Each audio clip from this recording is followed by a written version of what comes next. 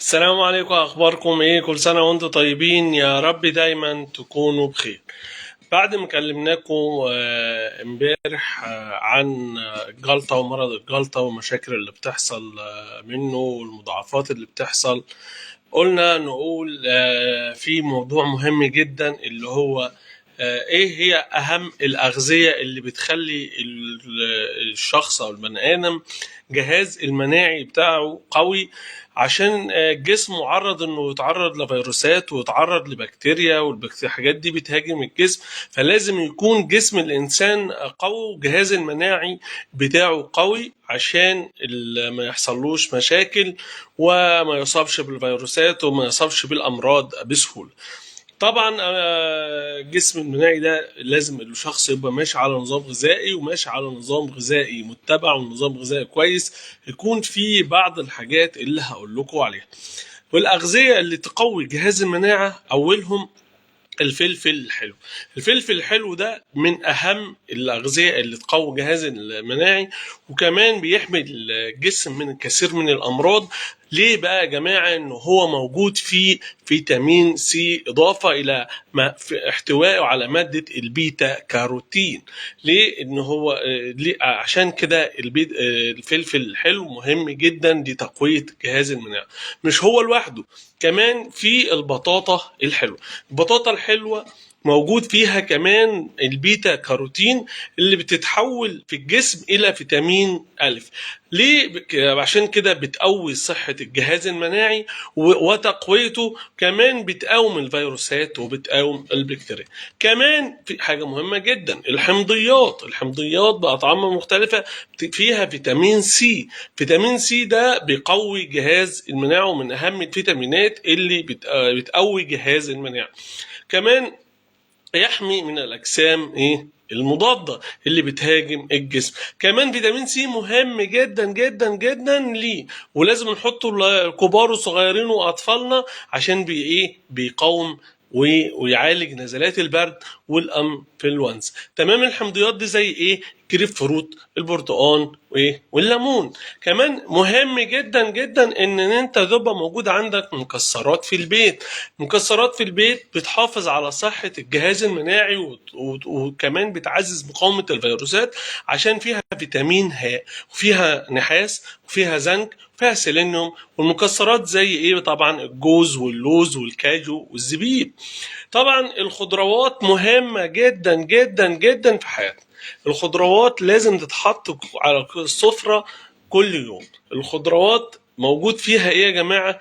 فيتامين سي واي واي، وكمان الالياف الغذائيه، وكمان مضاده للاكسده. والخضروات دي زي البروكلي والجرجير والملفوف، تمام، والسبانخ. لازم الخضروات تتحط بصوره مستمره ومنتظمه جدا جدا على سفرتنا. كمان الحاجه اللي الناس مش عارفاها كتير، الشوفان. ماشي. الشوفان ده بيحمي الجسم من اي فيروسات وبكتيريا وامراض بتهاجم الجسم. كمان بيقوي جدا جدا الجهاز المناعي. ليه؟ عشان فيه مضاد للاكسده، وخصائص مضاد وخصيصا مضاد للفيروسات، وفيه مضاد للبكتيريا والبيتا جلوكان.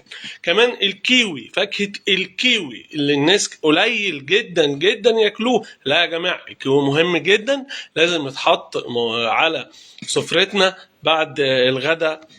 والفاكهه يفضل تتاكل بعد الغداء بساعه او نص ساعه. الكيوي ده بيقوي جهاز المناعه. ليه؟ عشان فيه مضادات اكسده، وفيه بوتاسيوم، فيتامين سي، وماده الكلوروفيل عشان بيساعد على الوقايه من مرض العصر. يا جماعه، مرض العصر السرطان، يبقى الكيوي بيساعد على الوقايه من مرض السرطان. لازم بقى الكيوي ده يتحط كل يوم على سفرتنا او من يوم للتاني. جماعة، الحاجة اللي الناس كلها مش عارفة قيمتها التوم. التوم من الحاجات المهمة جدا جدا، وطبعا كل الامهات بتحط التوم على الاكل وخلطات التوم، والتوم يجرشوه ويقطعوه ويحطوه.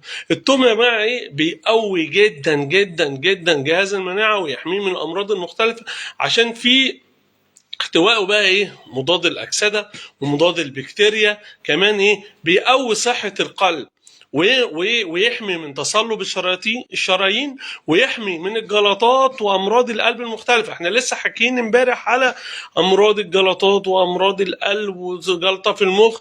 لكن بقى لو الانسان بياكل توم، في ناس، انا اعرف ناس كل يوم فص التوم ده يبقى موجود قبل الفطار.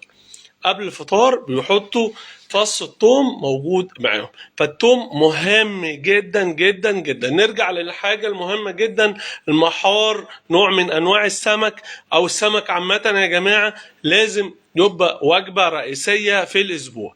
وجبة مش تاكل لحمة بس ولا فراخ بس، لازم تاكل سمك يا جماعة. السمك مادة مهمة جدا وأكلة مهمة جدا جدا، بتقوي صحة جهاز المناعة.